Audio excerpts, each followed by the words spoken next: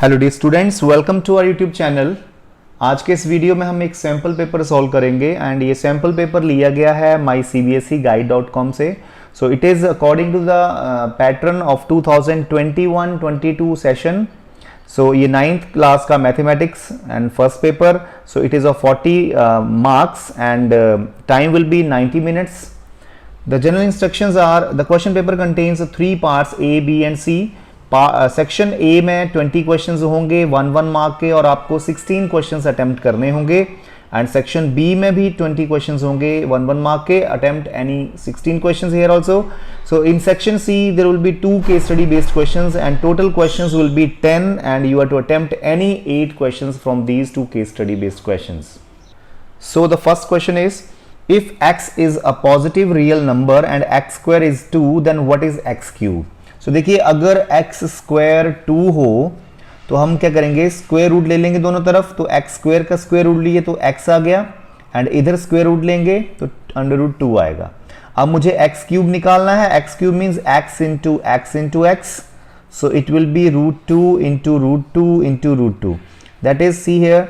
So √2 into √2 is 2 and single this √2 is left, so 2 √2 will be the answer here, C option. Next is the point A comma minus A does not lie on the graph of what? So देखिए यहाँ पे x coordinate and y coordinate are negative to each other है ना, negative sign है दोनों के। so y is equal to x, तो इन दोनों के तो C here दोनों बराबर हैं ये तो। एंड सेकेंड ऑप्शन में देखिए x is equal to minus y हो जाएगा ना, तो x और y के नेगेटिव साइन हो जाएंगे आपस में, दोनों बराबर हैं बट नेगेटिव साइन हो जाएंगे। तो इसके ऊपर तो ये लाई करेगा, ये पॉइंट इसके ऊपर नहीं लाई करेगा। Am I right? x is equal to a, तो ये तो एक लाइन है पैरेलल टू y एक्सिस और ये a पॉइंट से होके जाएगी, ठीक है।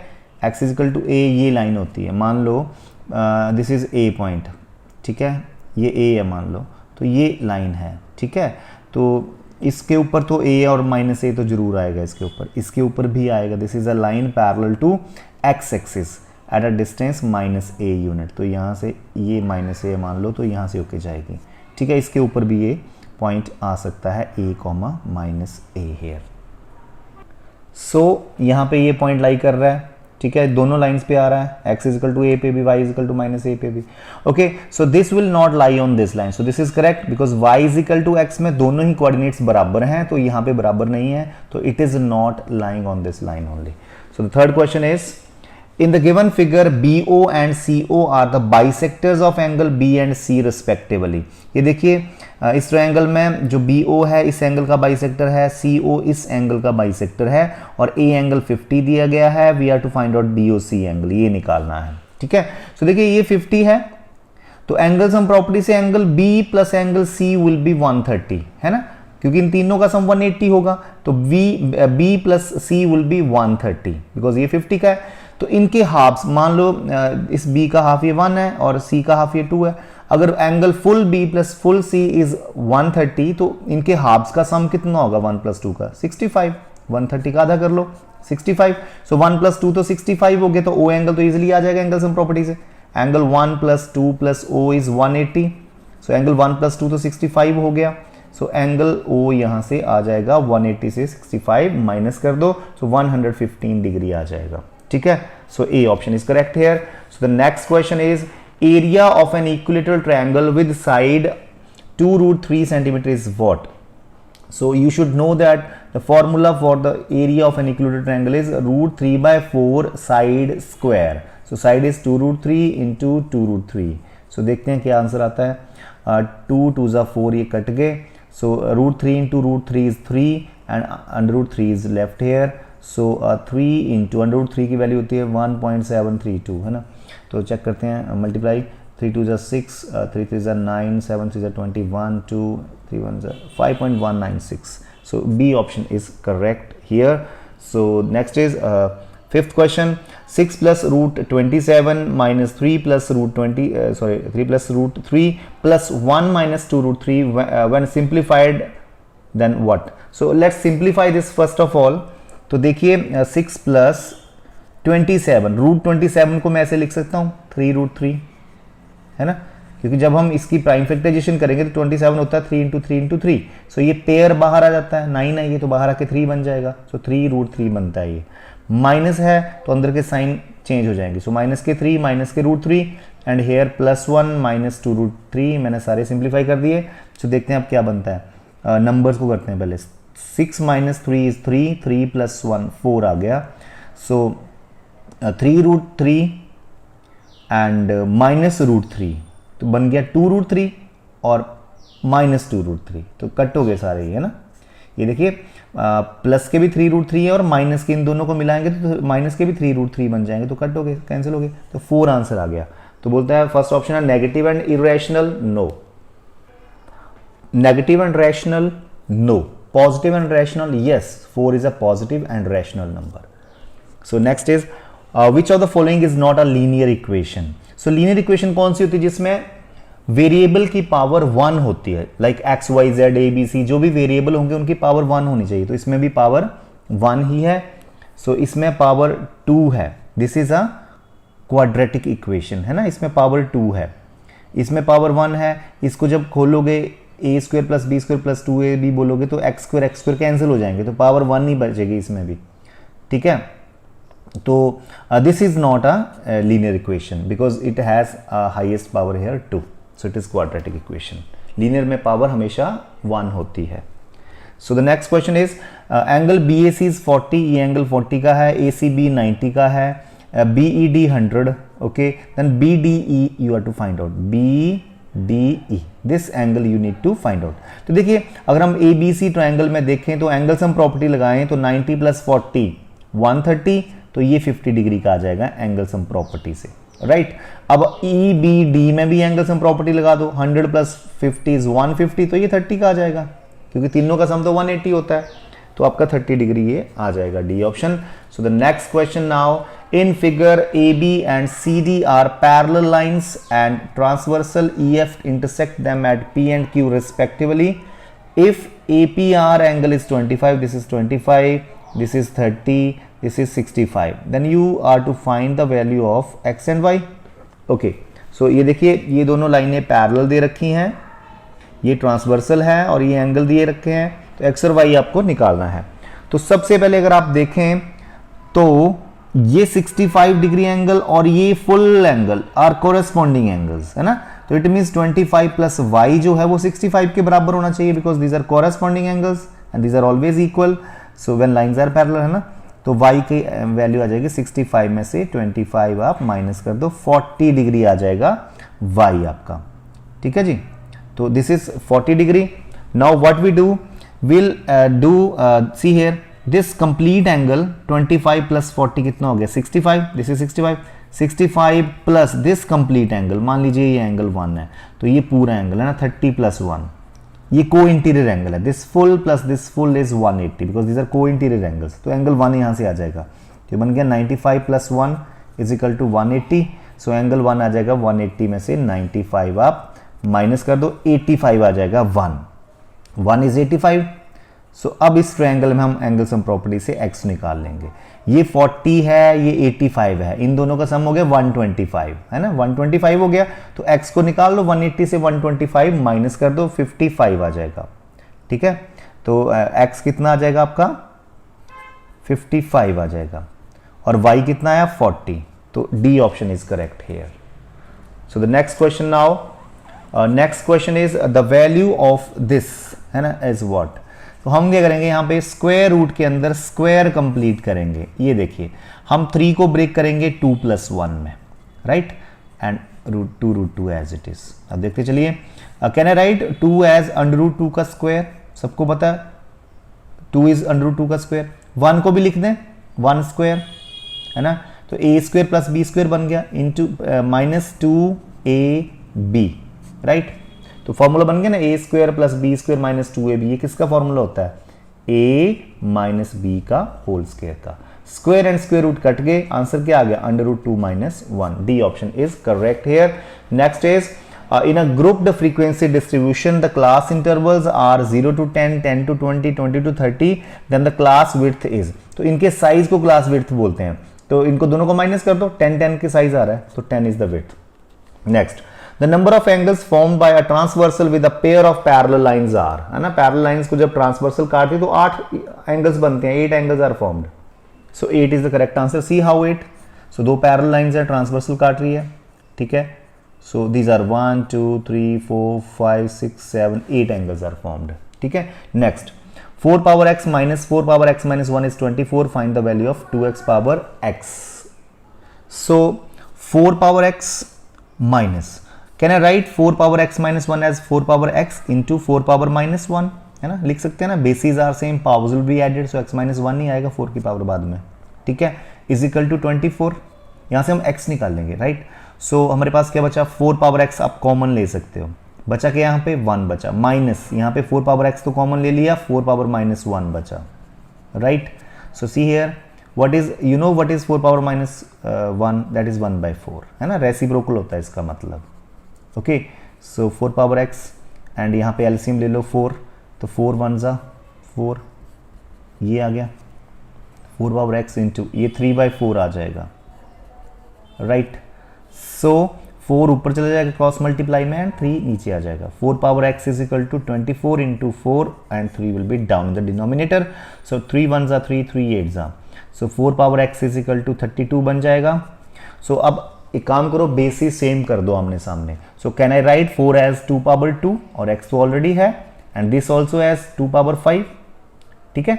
Now basis are same, powers will be equal, so 2x is equal to 5, है ना, एंड x इज 5/2, सो x 5/2 आ गया हमारे पास। अब इसकी वैल्यू निकालनी तो x को 5/2 भर दो, तो देखो मुझे ये वैल्यू निकालनी है ना, 2x इंटू एक्स, है ना, तो x को 5/2 भर दो, 5/2 भर दिया और इधर भी पावर 5/2 कर दी, सो ये बन गया 5 पावर 5/2, है ना, ओके, तो ये बन जाएगा 5 पावर 5/2, ठीक है। सो can I right like this way, 5 power 5 and 1/2 separately, है ना, I can write like this way also. So here, see here, can I write 5 power 5 and 1/2 separately, ठीक है, and you know 1/2 का मतलब होता है अंडर रूट, 1/2 का square root मतलब होता है। चलिए ये अंडर रूट हो गया 1/2 ये, और 5 power 5, 5 into 5 into 5 into 5 into 5 हो जाएगा ना, तो ये पेयर है बाहर आ गए, ये पेयर बाहर आके 5 बन गया, ये पेयर भी बाहर आके 5 बन गए, तो 5 5 से 25 बाहर आ गए और अंदर √5 is left, so 25 √5, B option is correct here. So the next question is 5 + 2√6 का होल स्क्वायर रूट इज, तो ऐसा क्वेश्चन हमने पहले भी करा है, तो इसको हम कैसे करेंगे, see here I will break 5 as 3 + 2, ठीक है, ऐसे मैं ब्रेक कर दूंगा। अब मैं 3 को क्या लिखूंगा, √3 का स्क्वायर, हमने स्क्वायर रूट के अंदर स्क्वायर कंप्लीट करना है, ठीक है। 2 को लिखा √2 का स्क्वायर एंड a² + b² बन गया +2 इंटू a इंटू b, है ना, ये 2√6 ही है, तो ये बन गया a² + b² + 2ab is a + b whole square, square and square root cut, √3 + √2 answer आ गया हमारा।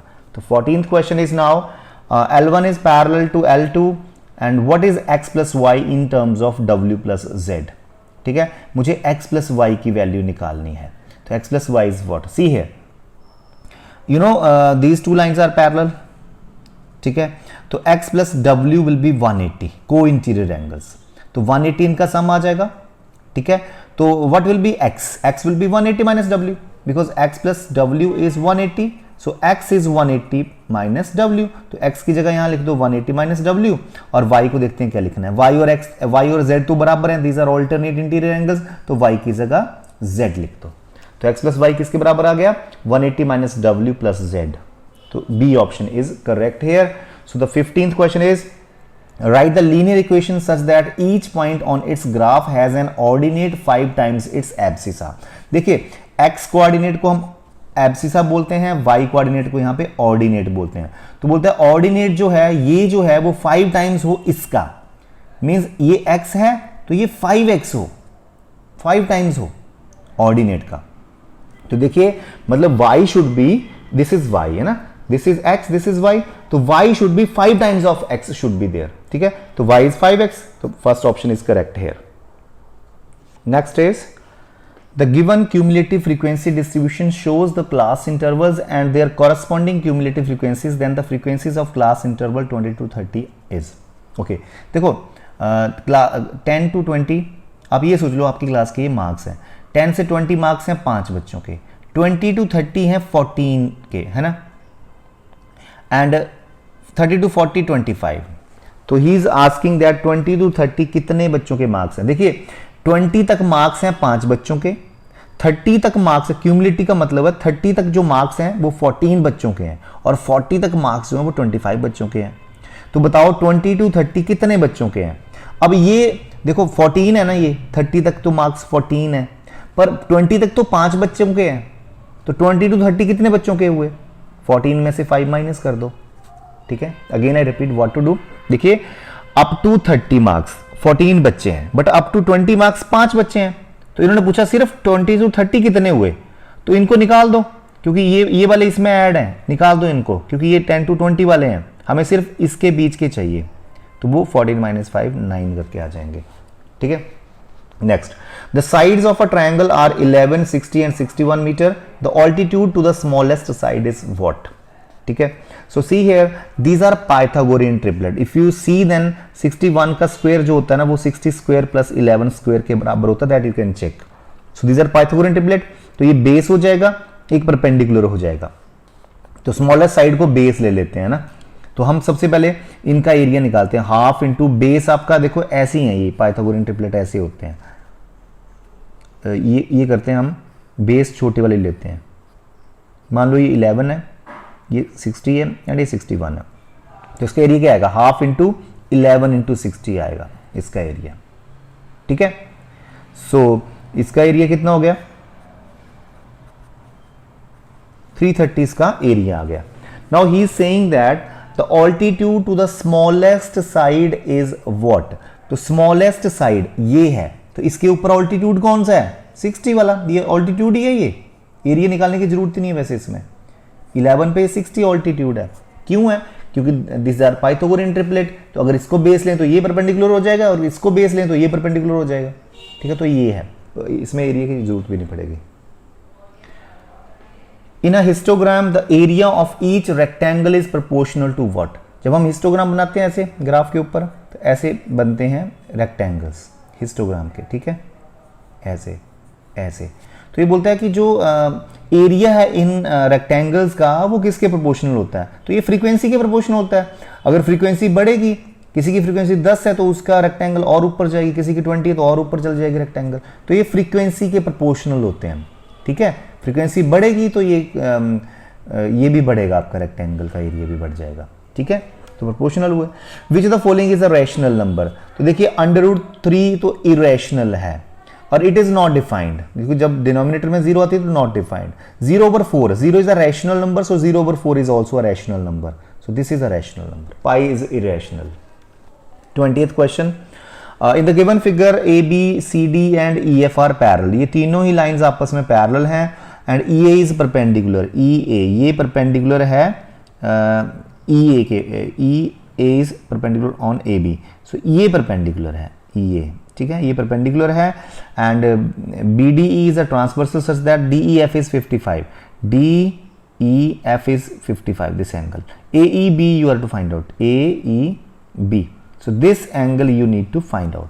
तो देखिए ये दोनों लाइनें पैरेलल हैं, A B and E F. ये ट्रांसवर्सल है ए ई, तो इन दोनों एंगल्स का सम तो 180 होगा को इंटीरियर से. तो angle A complete plus angle A E F should be 180, को इंटीरियर है ये. सो एंगल ए तो 90 हो गया, ए ई एफ आपका 55 प्लस जो आपको निकालना है ये है ना A E B is equal to 180. So इन दोनों का सम वहाँ से माइनस हो जाएगा. सो 180 माइनस 145 इन दोनों का sum. So if you do this then you will get 35 answer. So 35. So this is the A section of this paper. So dear students, if you need the solution of the B paper also, B section also, then you write in the chat box. I'll surely making this video also. Thank you so much.